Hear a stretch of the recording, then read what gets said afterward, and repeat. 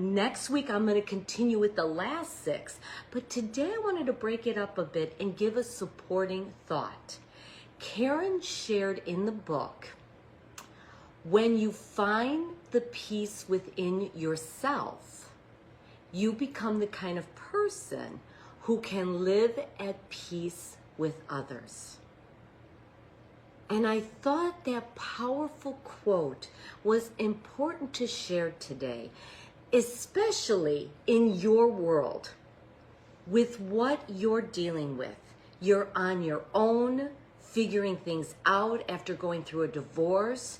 This could also apply to somebody who's lost a partner. It can even apply to somebody who now is empty nesting at this time of life.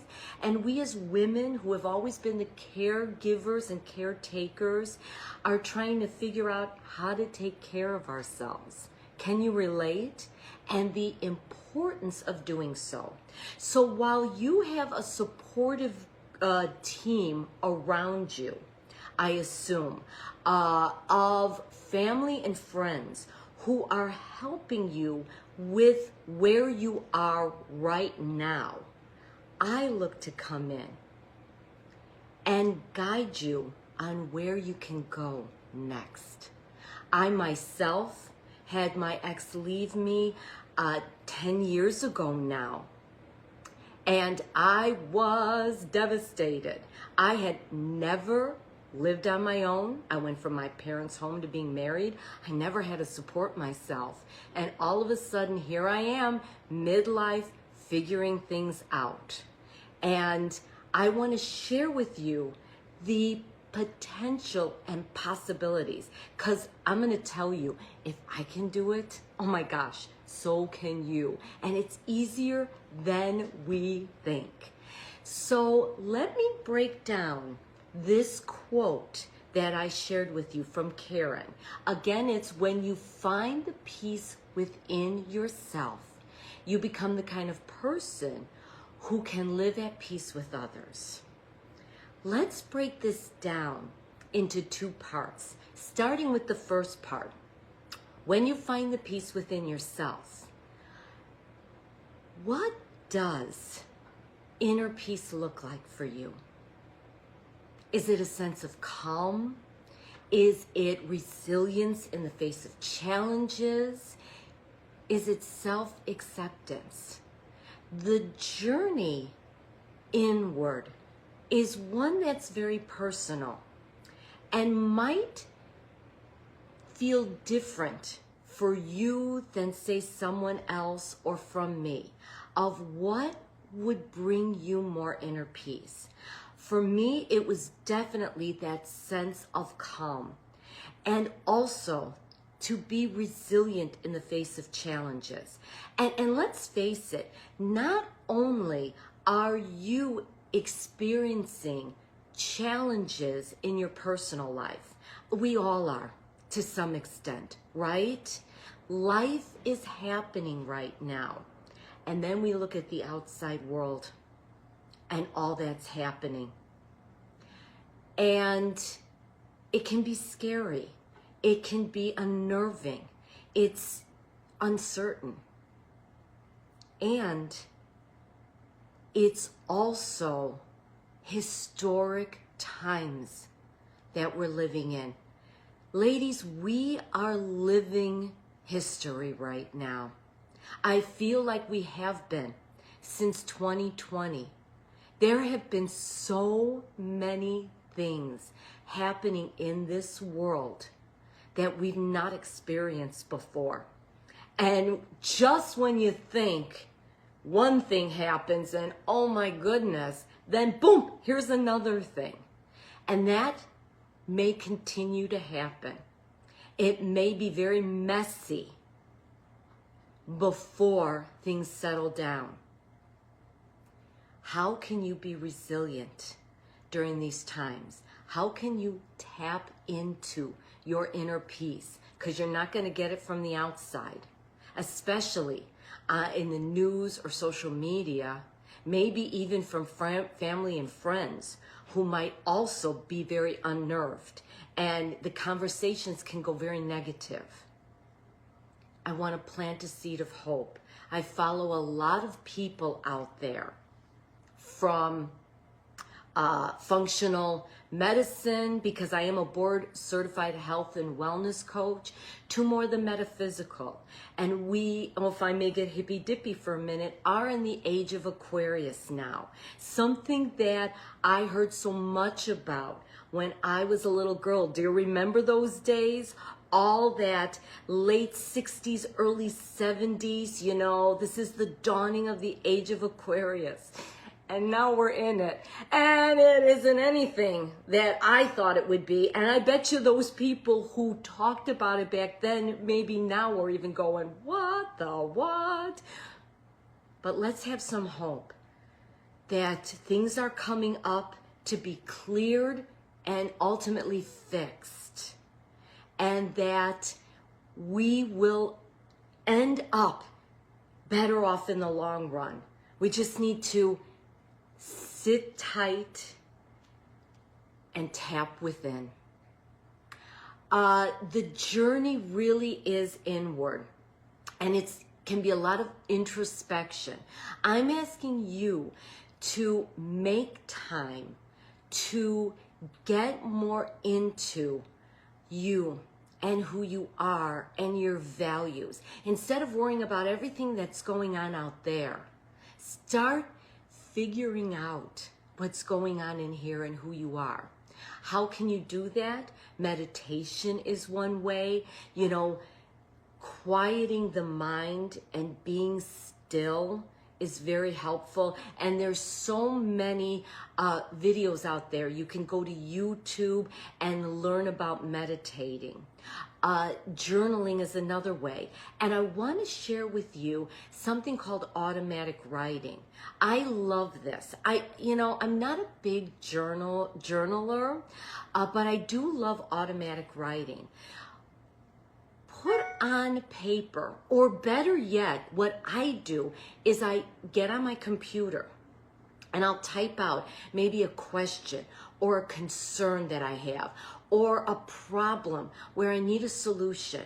And then I sit quietly for a couple of minutes and I just deep breathe, tap into that deep breath, and then I put my fingers to the keyboard and I let whatever thoughts come to me, whatever, I type it out. I keep my eyes closed. So that's why I like to do it on the computer. You could do it writing, pen and paper, but I like to do it on the computer with my fingers on the proper keys, and I just, whatever comes to mind, I let it out. And I'm going to tell you how interesting it is to realize things that I would never think consciously or say out loud. All of a sudden, as I tap into that inner me, that me that's peaceful amongst everything else, the thoughts that come out, the help that's there, the ideas that emerge. And I encourage you and invite you, try it once and let me know what you think and what you've discovered. It's awesome. It is also being more self-compassionate to yourself. You know, let's face it.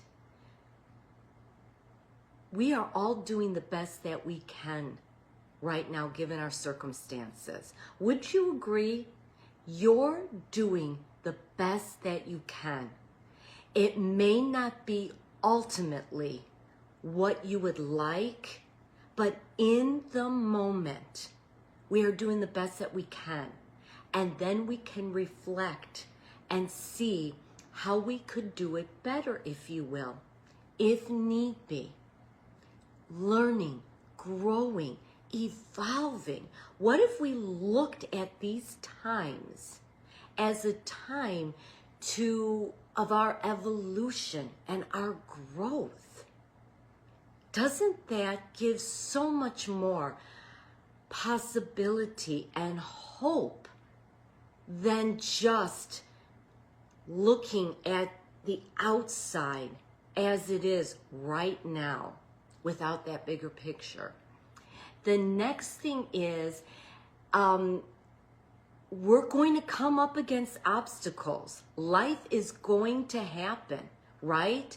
Like I like to say, shit happens. And in that moment, you can shift if you choose, if you tap into that self-awareness, and if you start looking at, what am I to learn from this? Who am I to become from this? What gifts do I have, or strengths do I have that I'm now realizing and bringing forth? How powerful. Doesn't that sound so empowering and hopeful instead of hopeless?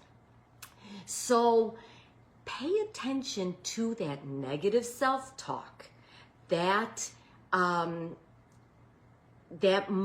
mind chatter that goes on, that is going to say to you, you can't do this, you're not smart enough, you are whatever.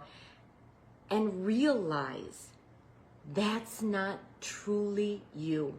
That's your mind just protecting you, wanting you to just stay where you are, afraid of the unknown. You know, so many of us are afraid, fear moving forward because we don't know. You know, we know what's happening in our lives now, and we may find discomfort in that. We may ultimately want that to be different, but it's familiar, and there's some comfort in that. And I'm asking you to step past that and look for that deeper, bigger picture, and start shutting down your mind and saying, thank you.